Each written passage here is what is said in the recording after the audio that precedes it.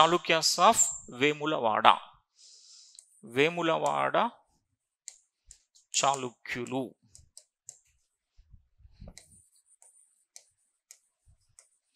Chalukyas of Vemulawada అని చెప్పేసి అంటాం.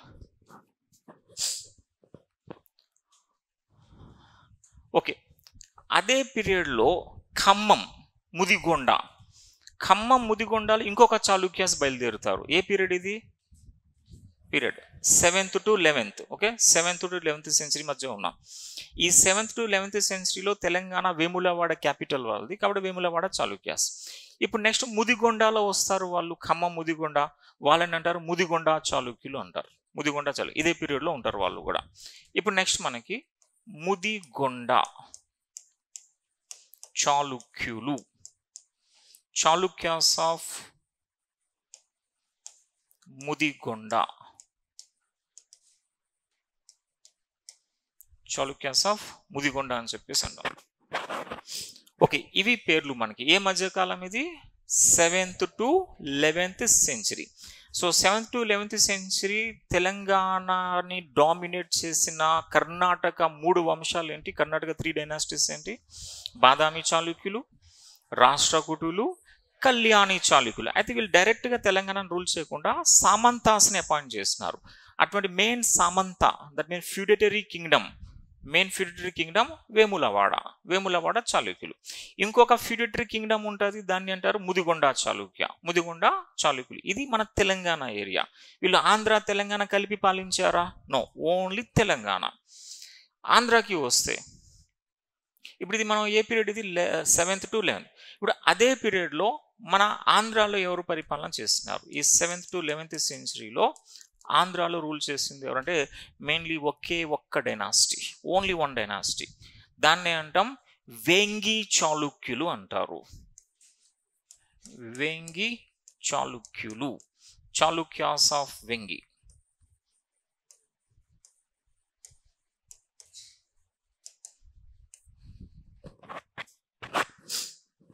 చాళుక్యాస్ ఆఫ్ వెంగి. ఈ బాదామి చాళుక్యులు ఉన్నారుగా, అందులో ఒక కింగ్ చాలా పవర్ఫుల్ అయిన ఐహోల్ ఇన్స్క్రిప్షన్ ఇచ్చినాడు, హర్షవర్ధనాన్ని ఓడించినాడు. ఎవడా చాళుక్య బాదామి కింగ్? రెండవ Pulakeshi, Pulakeshi 2 most powerful king అయినా. So south Indian king, north India king హర్షవర్ధనాన్ని నర్మదా రివర్ వద్ద ఓడించిన వ్యక్తి అయిన కింగ్ ఎవరైనా? పులకేషి 2. ఈ పులకేషి 2 బాదామి కింగ్ తెలంగాణ పైన అటాక్ చేస్తాడు. తెలంగాణ ఆక్రమణ, మనకి మ్యాప్ చూసామనుకోండి, ఇక్కడ నుంచి కర్ణాటక నుంచి బయలుదేరాడు, తెలంగాణ ఆక్రమణ చేసేసాడు. ఇది తెలంగాణ. తెలంగాణ ఆక్రమణ చేసిన రెండో పులకేషి ఏం చేస్తాడంటే ఆంధ్ర పైన అటాక్ చేస్తాడు. Andhra Godavari river, Krishna river, Godavari Krishna river మధ్య ఉన్న ఏరియాని ఏమంటాం? గోదావరి కృష్ణ డోబ్. ఏ డోబ్ అది? వెంగి డోబ్ అంటాం దాన్ని, వెంగి.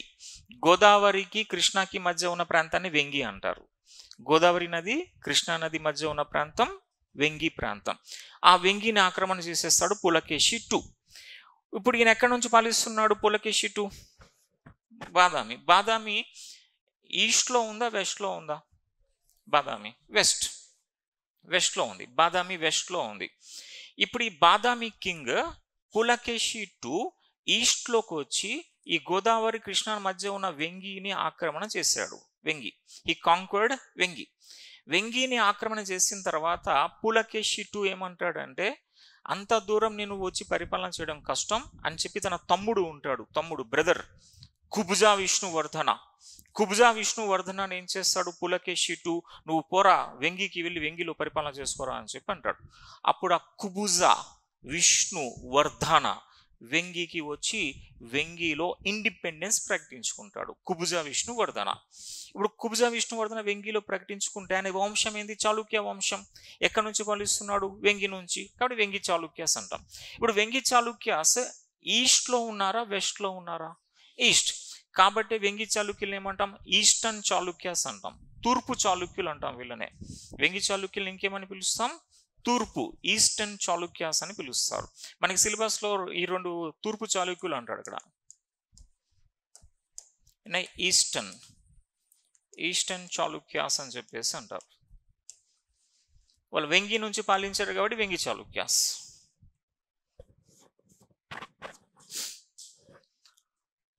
ఓకే, ఇది పీరియడ్ ఏమని చెప్పి అంటున్నాం, 7th to 11th century. అయితే ఆ వెంగి చాళుక్యులు పరిపాలన చేస్తూ, వెంగి చాళుక్యుల తర్వాత మనకి కాకతీయాస్ వాళ్ళు వస్తారు. వాళ్ళ కాలంలో ఉండారు కొన్ని చిన్న చిన్న రాజవంశాలు ఆంధ్రాలో ఉంటాయి. వాళ్ళందరినీ కలిపి అంటారు తెలుగు చోళులు అంటారు. తెలుగు చోళాస్ అని చెప్పి అంటాం. అంటే వెంగి చాళుక్యాస్తో పాటు అడిషనల్గా ఇంకోటి ఏమొస్తుంది అంటే మనకి తెలుగు చోళులు, తెలుగు చోళాస్.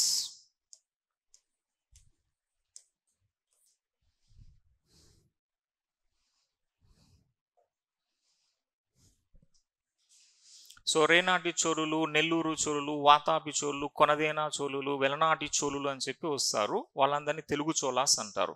ఆంధ్రాలో రాయలసీమ ప్రాంతంలో పరిపాలన చేశారు. తెలంగాణతో సంబంధం లేదు.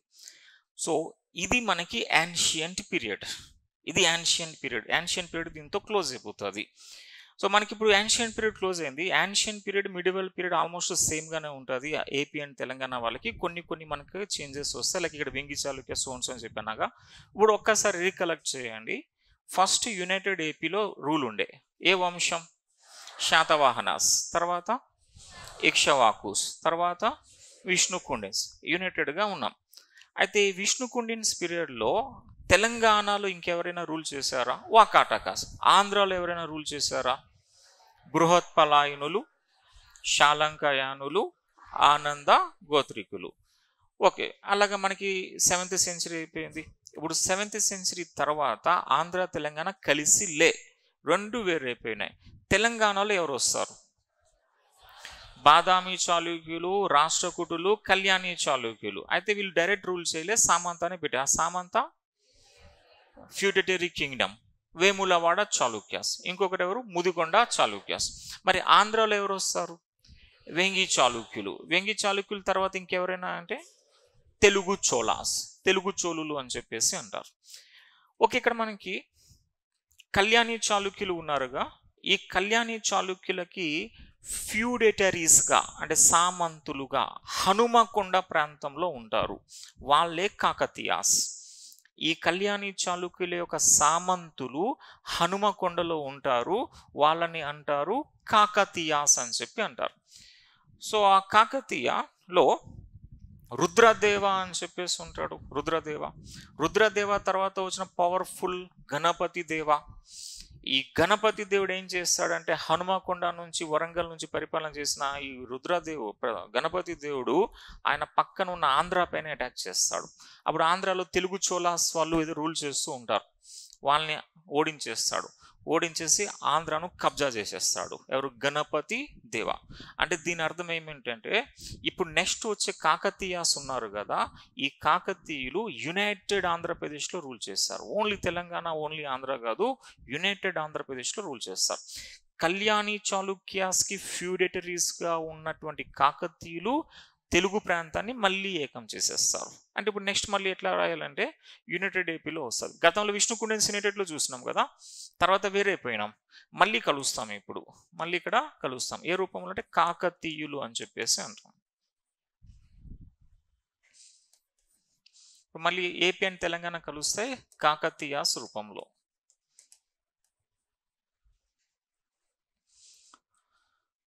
సో కాకతీయాస్ ఇది 11th century నుంచి తీసుకొని ఎగ్జాక్ట్ 1323 year AD.